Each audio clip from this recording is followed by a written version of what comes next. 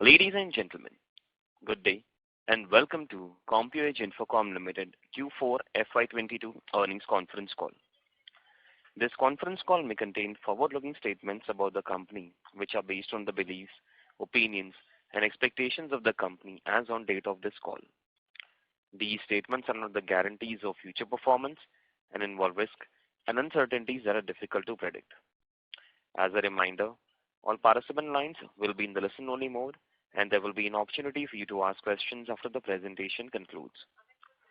Should you need assistance during the conference call, please signal an operator by pressing star then 0 on your touchtone phone. Please note that this conference is being recorded. I now hand the conference over to Mr. Atul Mehta, Chairman and Managing Director, Compuage Infocom Limited, for his opening remarks. Thank you, and over to you, Mr. Mehta. Thank you. Good afternoon, ladies and gentlemen. Thank you for joining us on Compuage Infocom Limited's Q4 and FY22 earnings conference call. I hope you and everyone around you is safe and in good health. Along with me today, we also have SGA, our investor relations advisor. We have uploaded our press release and results presentation on the stock exchanges, and I hope everybody had a glance to go through the same. Let me first start with business highlights. FY22 was a challenging year for the company. It began with the deadly second wave of COVID-19, which brought back the lockdown restrictions to prevent the spread of the virus. As the year progressed, the lockdown restrictions were eased before the country was again hit by third wave of COVID. Thankfully, the third wave didn't prove to be a deadlier one and lasted for a short period of time. Another major disruption faced during the year was on account of shortage of semiconductors. The production timelines for the manufacturers who were dependent on semiconductors were impacted, and hence the supply of the end finished product. All these uncertainties led to supply chain disruptions during FY22. In spite of all these disruptions during the year, I'm pleased to share that we posted strong performance on the revenue as well as on the profitability front. This robust performance was led by strong demand across our product offerings, marketing initiatives, new business development, and cost optimization initiatives. This demand was also led by restarting of offices, and while some of the demand continued to come from work from home segment, our diversified product segments across IT consumer, IT enterprise, cloud and hardware services with excellent service support enables us to give a value proposition to our customers. One of the most important focus area for us continues to be brand addition for growth. We've added 9 brands to our portfolio during FY22, most of which under IT enterprise and cloud categories. These categories earn higher margin and help us improve our product mix and enhance our return on capital employed. Let me now give you an overview of our consolidated Q4 and FY22 results. Total income for Q4 FY22 stood at 1292 crores as compared to 1083 crores in Q4 FY22, up by 19% year over year. Total income for FY22 stood at 4,224 crores as compared to 3,747 crores in FY21, up by 13% year over year. Gross profit for Q4 FY22 stood at 54.5 crores as compared to 51 crores in Q4 FY21, up by 7%. Gross profit for FY22 stood at 192.4 crores as compared to 169.9 crores in FY21, up by 13% year over year. EBITDA for Q4 FY22 stood at 36.1 crores as compared to 32.9 crores in Q4 FY21, up by 10% year over year. EBITDA for FY22 stood at 114.5 crores as compared to 94.4 crores in FY21, up by 21% year over year.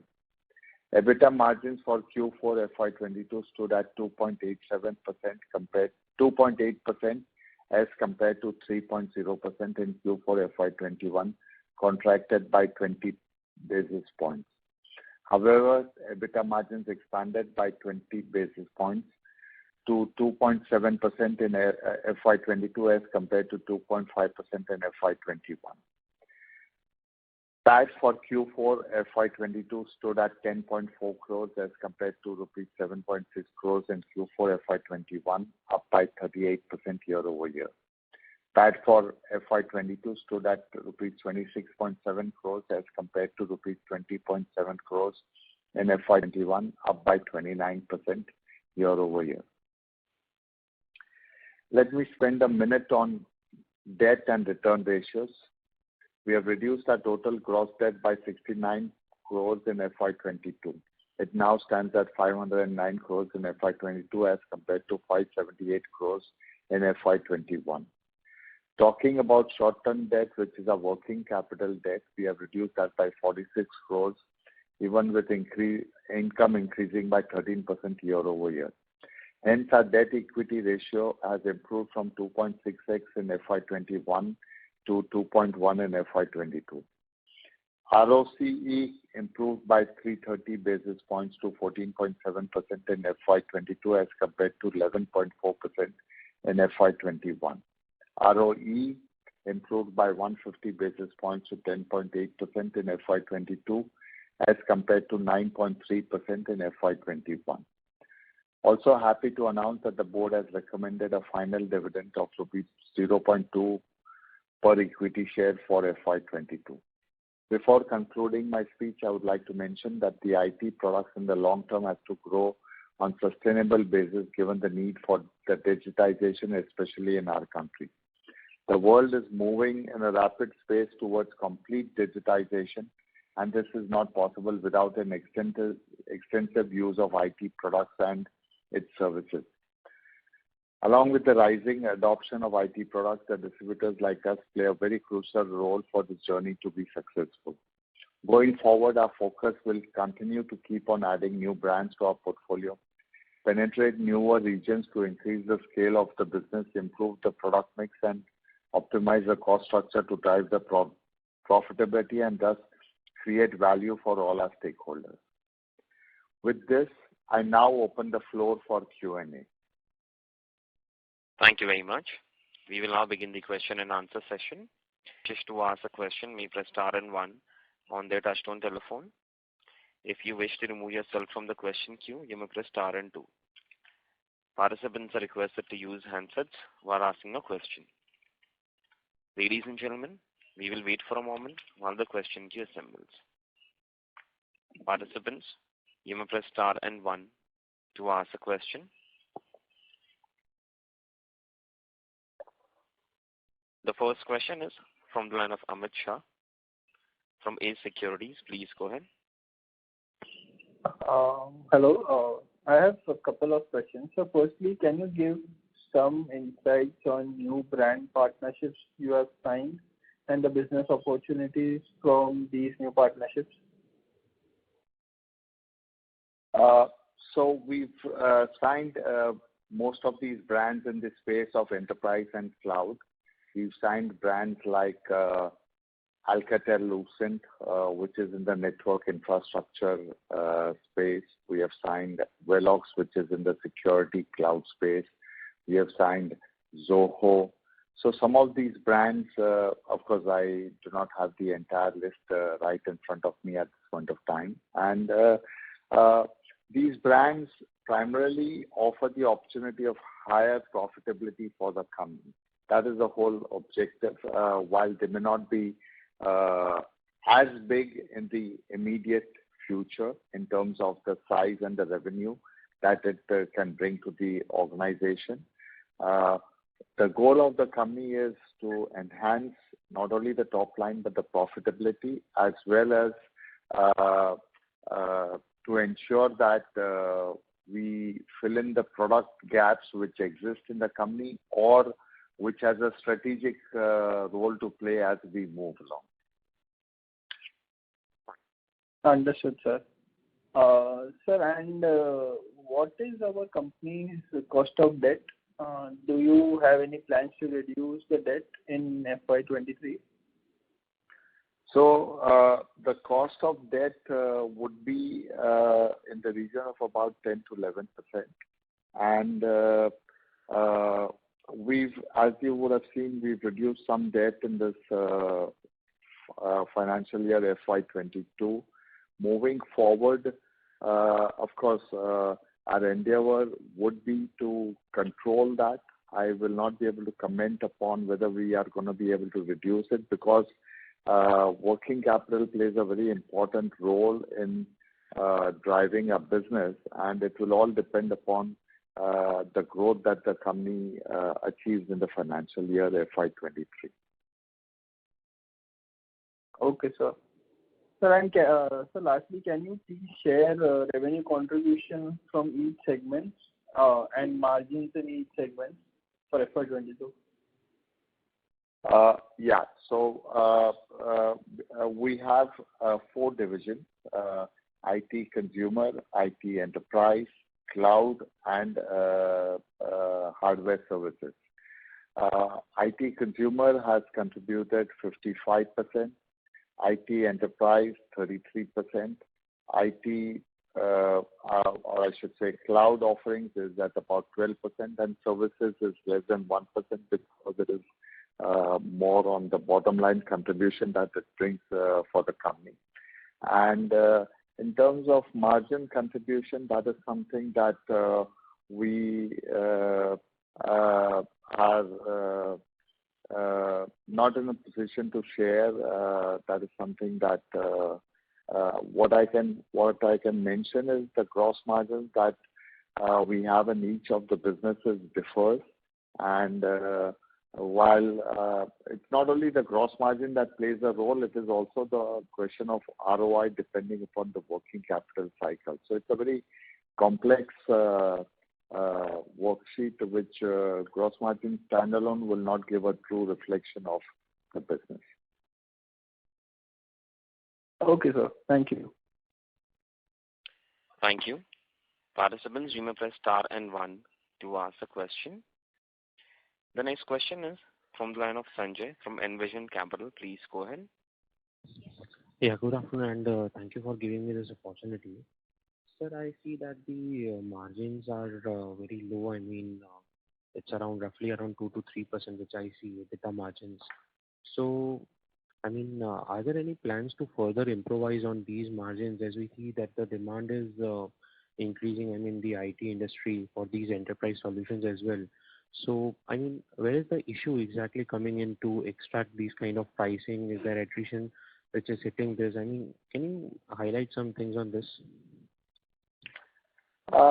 So we one is we have improved on our EBITDA margins during the year from by about 0.2%, as mentioned by me in my address. We have also improved on our gross margins as well. So we are constantly working towards improving our margins in this business. Having said that, we as a distributor have a very well-defined role in the business, and our role is to manage the supply chain management from the time we procure our goods from the OEMs and the brands and sell it to the resellers, which include bulk buying, warehousing, breaking bulk, engagement with the partners, and deployment of credit.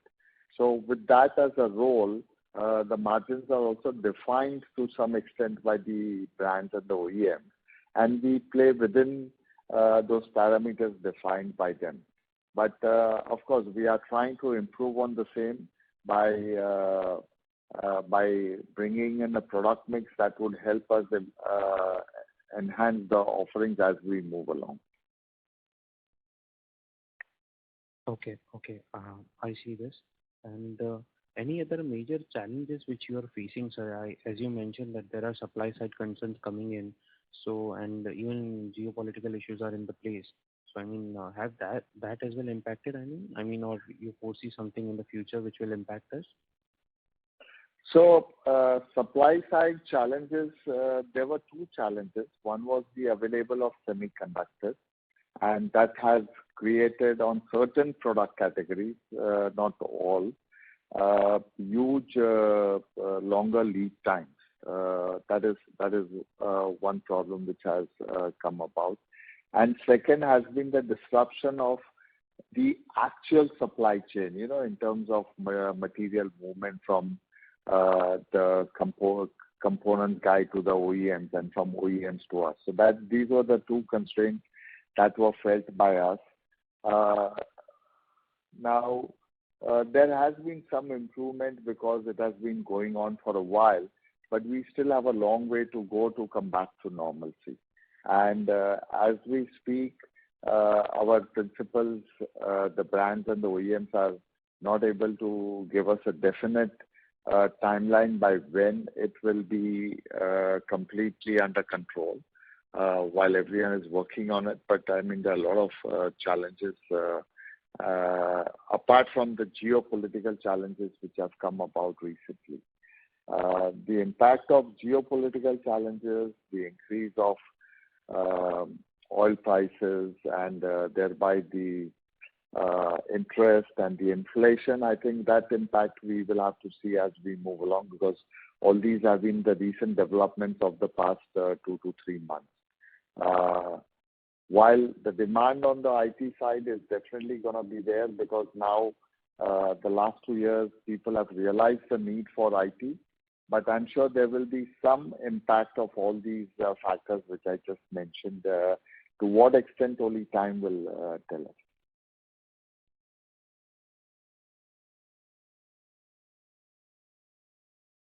Yes, this is clear, sir.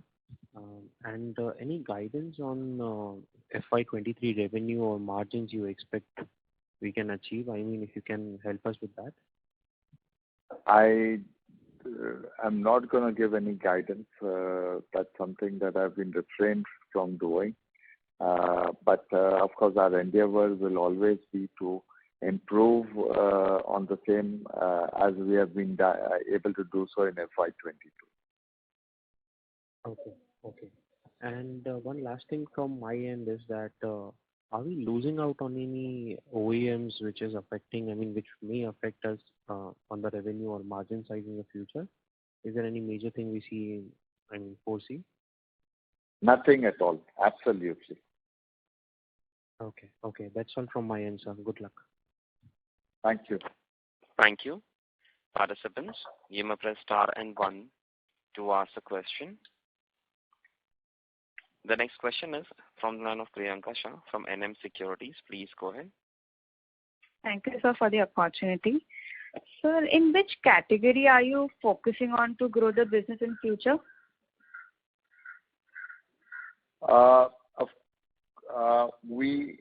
Before I answer that question, I'd like to say we want to stay focused on all the 4 areas that I just mentioned.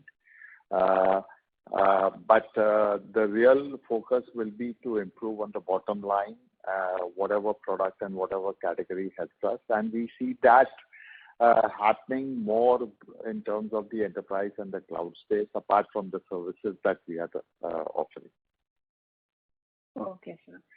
And do you have any plan to open right issue during FY23? And how do you intend to utilize that money? So you would have noticed we have already taken a board approval for a rights issue. We are definitely working on it, and we would like to do that in FY23 for sure. And the funds proceeds will primarily be used towards the growth of the company. There are no other plans beyond that. Okay, sir. And what kind of revenue mix among business segment you are targeting in long term?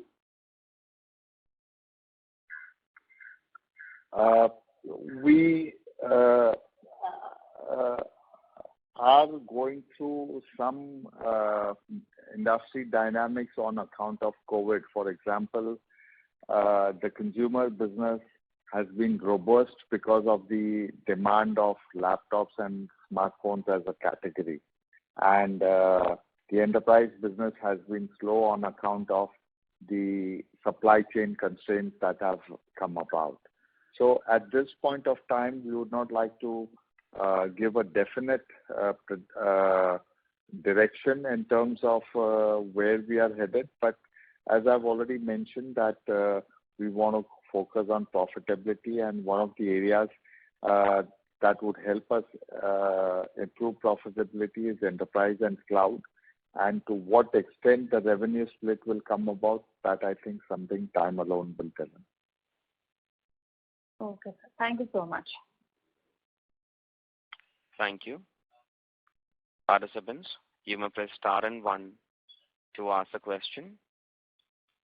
The next question is from the line of Shanawaz, an individual investor. Please go ahead.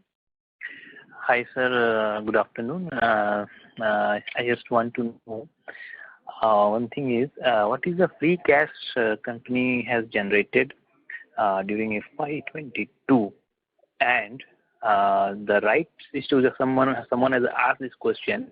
What will be the pricing of rights? What company is looking for? Because in one of your, I was going through the YouTube one of your last transcript. In that you have said that kind of thing I want to do, but organizations should get benefit of it.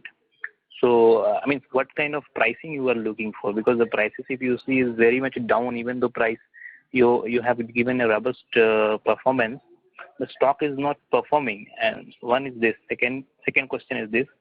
And third question is, in FY23, what kind of free cash you are looking for, sir? I mean, what is the visibility about free cash development, by which you can pay the debt and, as you said, in the growth, getting the growth forward.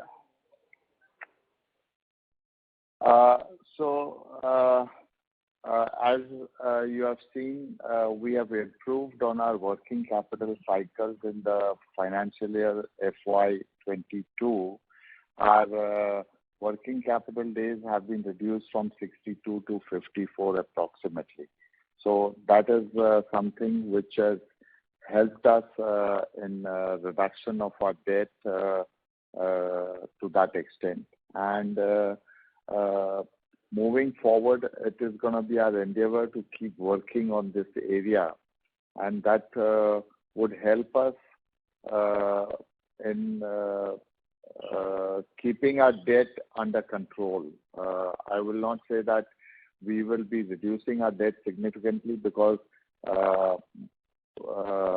money is the raw material for any growth that we intend to have in this business, in this line of business.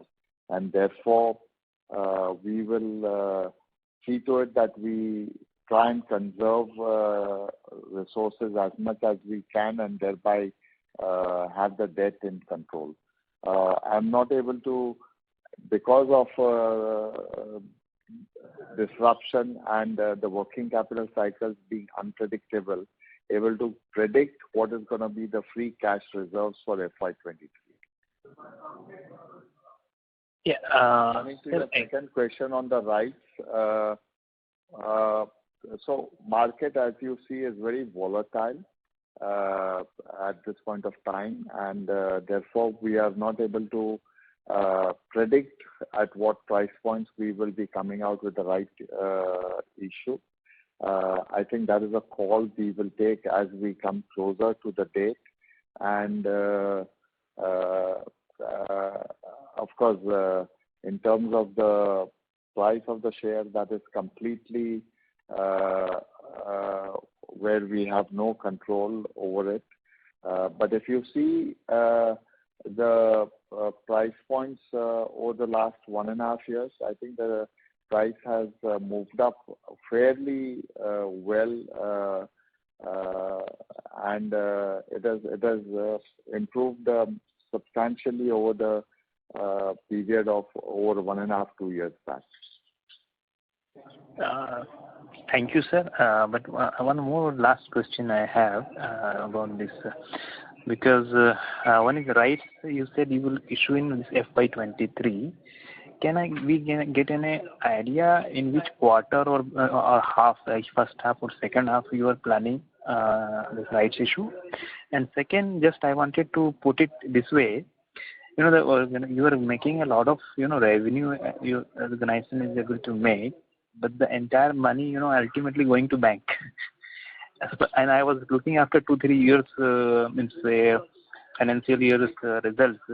But what I am observing, the entire money is going in bank.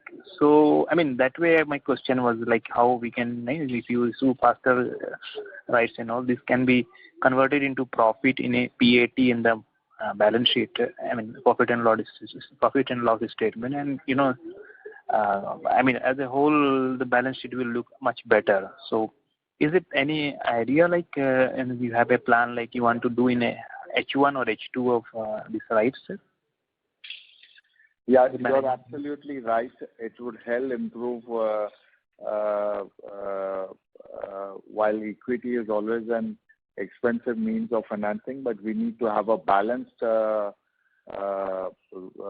fund infusion from equity and debt so that the company is much more stable. And with that as an objective, we are working on this right issue. And our market supporting the scenario, our endeavor would be on doing it in H1 of FY22. Thank you, sir. Yeah. Thank you. Thank you. Participants, you may press star and 1 to ask a question. The next question is from the line of Parth Vasani from KK Advisors. Please go ahead. Thank you for the opportunity. I have 2 questions. The first one will be that are you in talk with any newer brands for partnership? I mean, if you can share something on that. And the second one would be, are you facing any challenges with respect to receivables? Our discussions with prospective brands is an ongoing exercise. That is something that we undertake around the clock. And that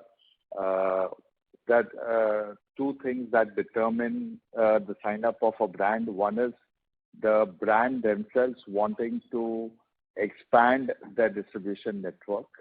And second is, of course, we being the right suitor for them. Sometimes we are, sometimes we are not, because for whatever reasons the brand feels maybe somebody else is better equipped to fulfill that responsibility. So that is an ongoing discussion which has helped us sign so many brands in the last financial year, and we are continuing on that front. In fact, our growth strategy is 3-pronged. One, we're going to grow on organically by growing our existing brands that are there in the portfolio.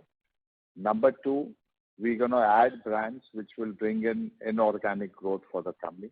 And number 3, we will be continuing to work towards adding more and more resellers and partners. So that is a strategy which remains unchanged as we move along. The second part of your question was on the receivables.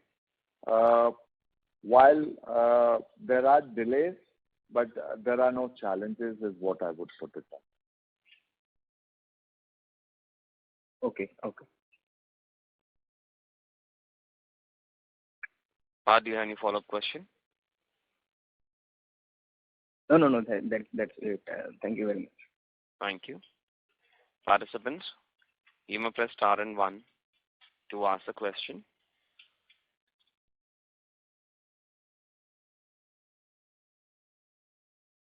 Ladies and gentlemen, you may press star and 1 to ask a question.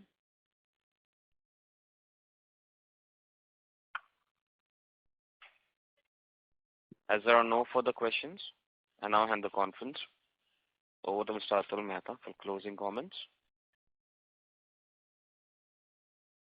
Thank you very much, everyone, for joining the call. And